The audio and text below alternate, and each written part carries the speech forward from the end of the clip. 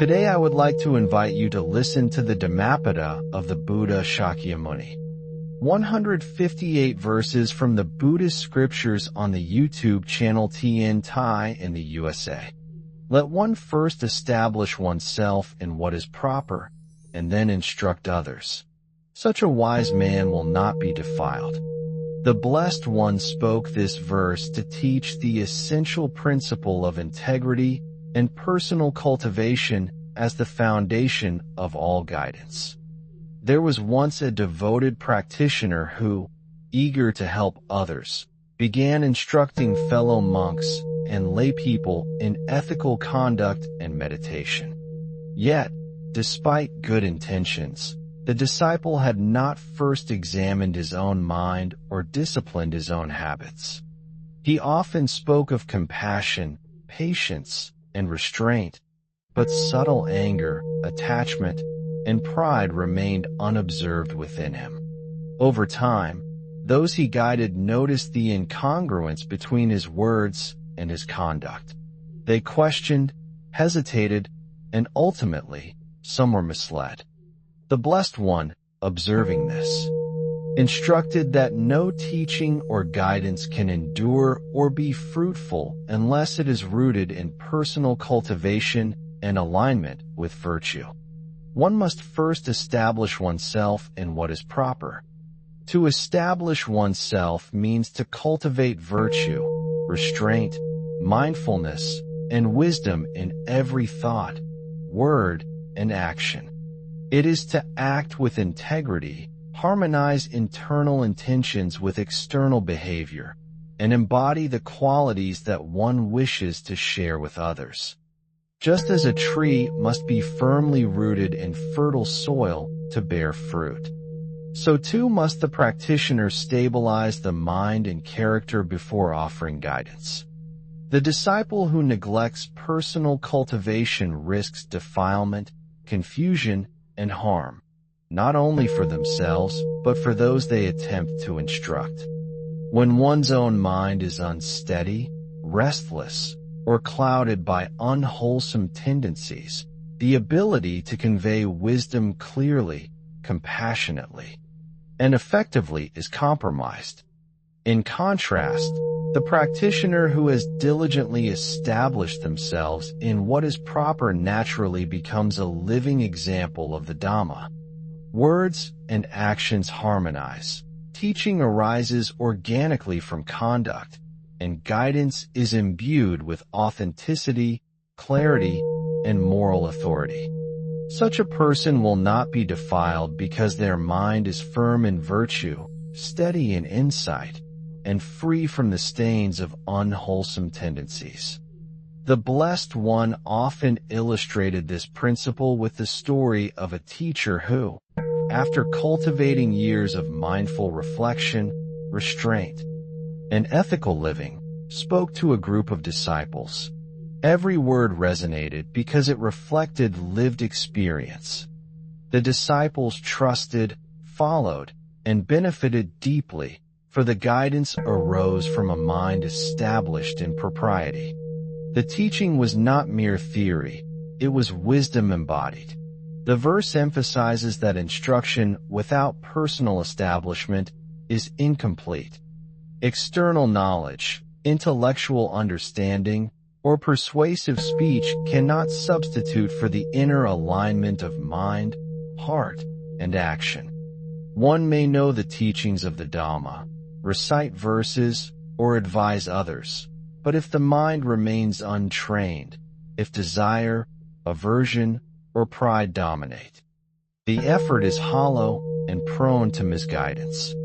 In establishing oneself, the practitioner observes ethical precepts, trains attention, develops mindfulness, restrains unwholesome impulses, and cultivates insight into impermanence, suffering, and non-self. These practices stabilize the mind, purify conduct, and prepare the practitioner to be an authentic guide for others. By embodying the Dhamma, the wise become a source of inspiration, a living reflection of virtue, and a secure vessel for transmitting understanding.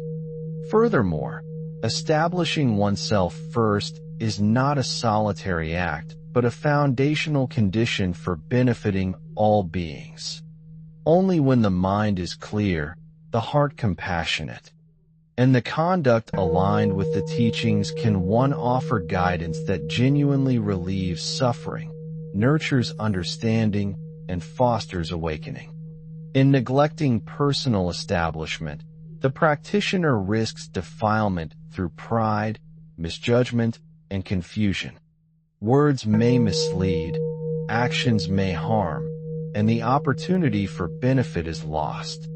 The Blessed One's verse reminds us that the foundation of all teaching is not words alone, but the living example of a mind grounded in virtue. The story of the monk and the disciple illustrates that establishing oneself is not a one-time achievement, but a continuous process. Each day offers countless opportunities to observe the mind, correct faults, cultivate restraint, and deepen understanding. Morning reflection, daytime mindfulness, and nighttime consolidation all serve to establish the practitioner in what is proper. This internal work becomes the source of external influence. The disciple learns that patience, compassion, ethical conduct, and insight arise from personal practice and are the basis for authentic guidance. The process of establishing oneself is both internal and external, involving observation of one's own habits, the refinement of intention, and the cultivation of wholesome conduct. In this way, the practitioner embodies the teachings, and instruction flows naturally, unobstructed by hypocrisy or inconsistency. Over time, the mind becomes a stable, luminous ground from which wisdom, virtue, and compassion radiate. The verse further instructs that defilement occurs when one seeks to instruct without personal grounding. Defilement here is not only ethical lapse, but the contamination of teaching through inconsistency, attachment, pride, or negligence.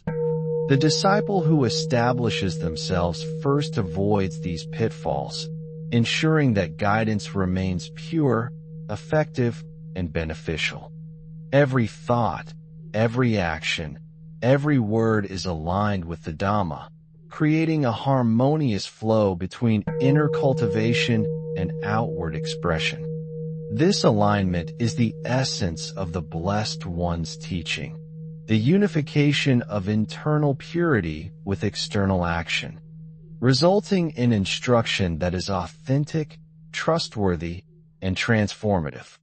In reflecting on this, the practitioner sees that personal cultivation is inseparable from guidance. The mind, disciplined through vigilance, mindfulness, and restraint, becomes the foundation for ethical and insightful action. Only when one is firmly established in what is proper can one instruct others effectively, free from defilement, and with the full force of wisdom and compassion. By following this teaching, disciples cultivate integrity, deepen insight, and create a life of benefit, transforming themselves and those around them through the living example of a mind established in virtue. The Blessed One thus instructs all who seek to teach, guide, or influence. Cultivate yourself first, purify your mind, act with restraint, embody virtue, and then extend the benefits outward. This path ensures that instruction is effective, that guidance is authentic, and that both teacher and disciple progress along the path of liberation, free from defilement and full of clarity, wisdom, and compassion. The practitioner learns that establishing oneself in what is proper requires careful attention to both internal and external dimensions of life. Internally, one cultivates mindfulness, observes the arising and passing of thoughts, restrains unwholesome impulses, and nurtures wholesome qualities such as generosity, patience, and loving-kindness. Externally, one aligns speech and action with ethical precepts, refrains from harming others, engages in compassionate service, and demonstrates integrity in daily conduct. The story of a lay disciple illustrates this vividly.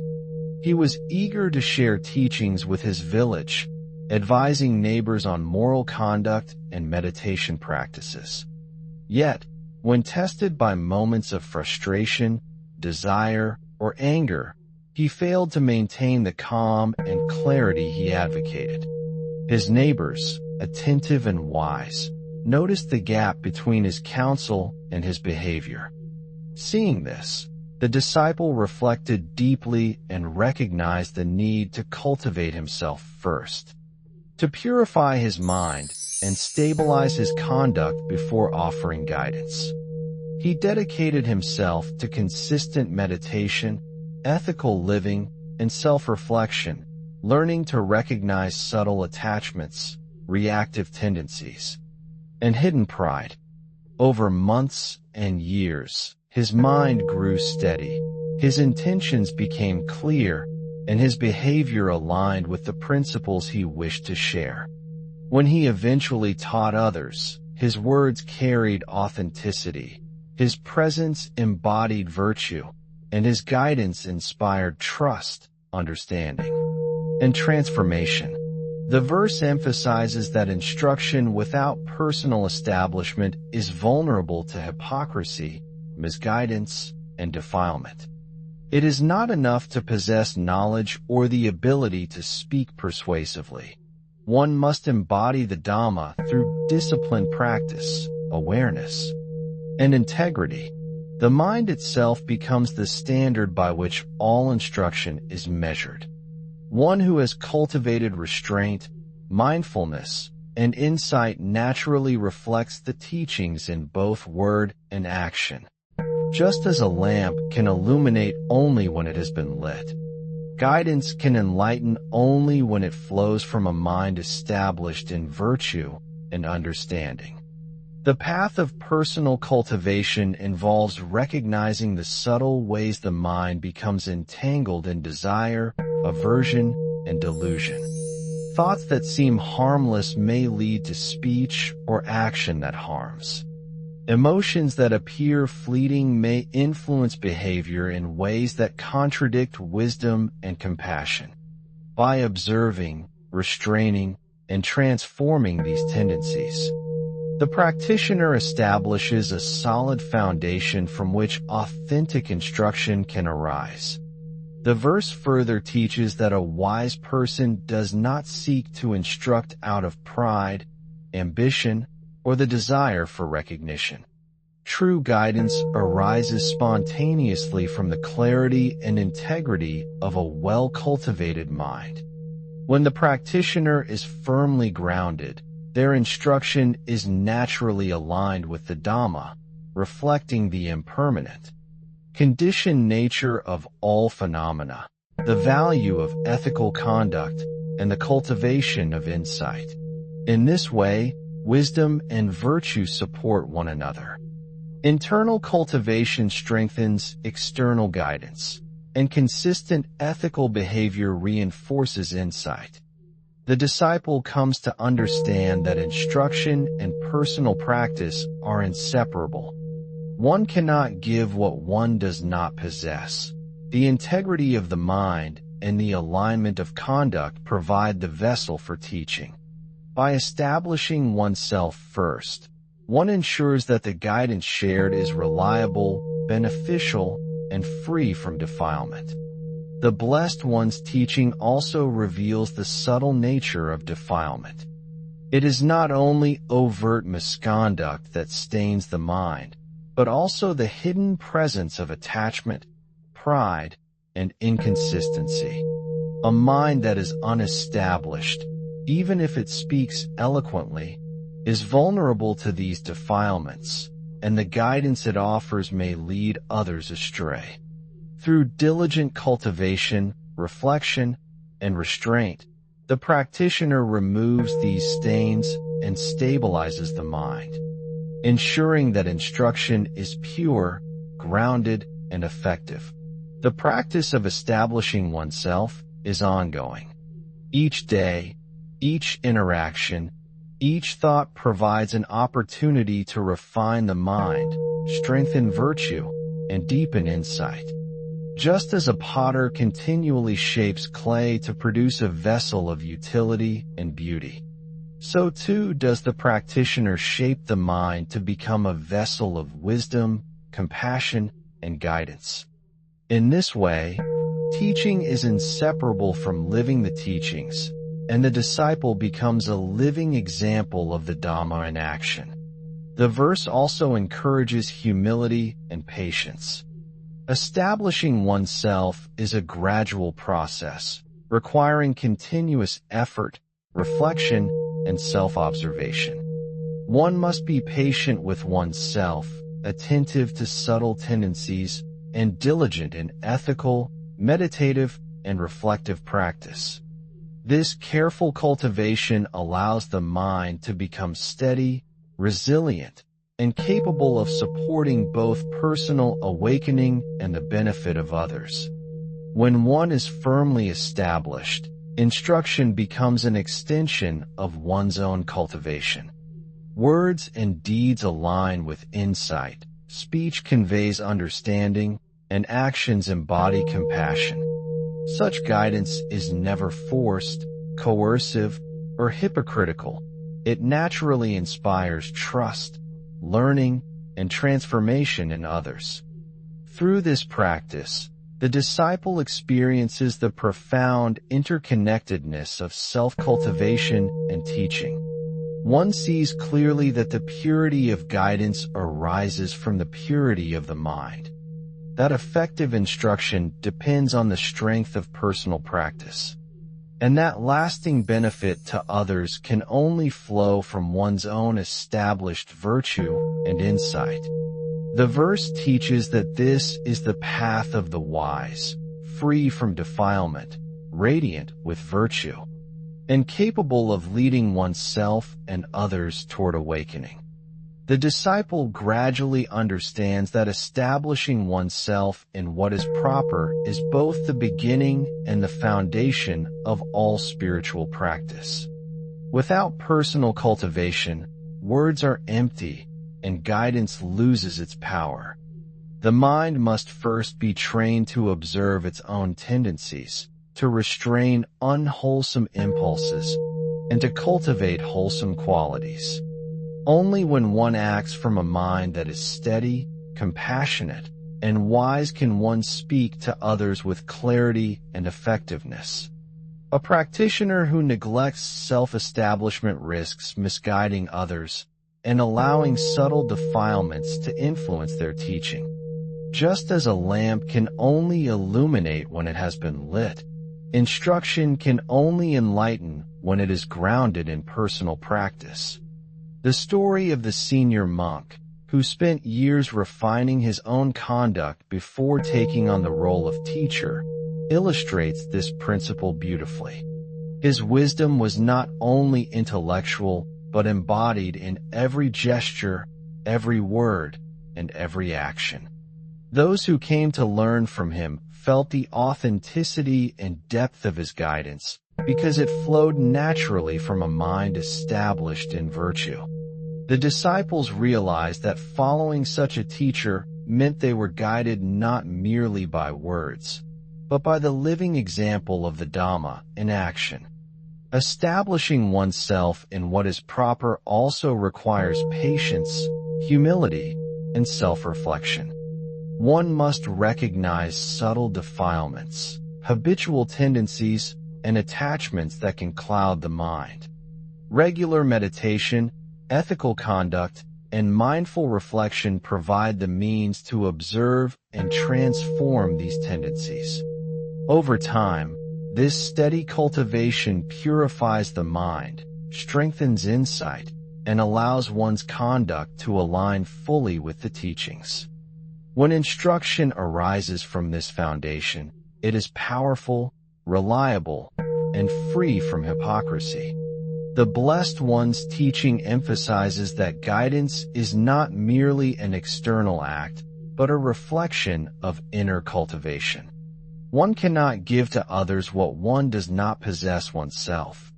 Ethical conduct, restraint, mindfulness, and insight are the qualities that support authentic instruction.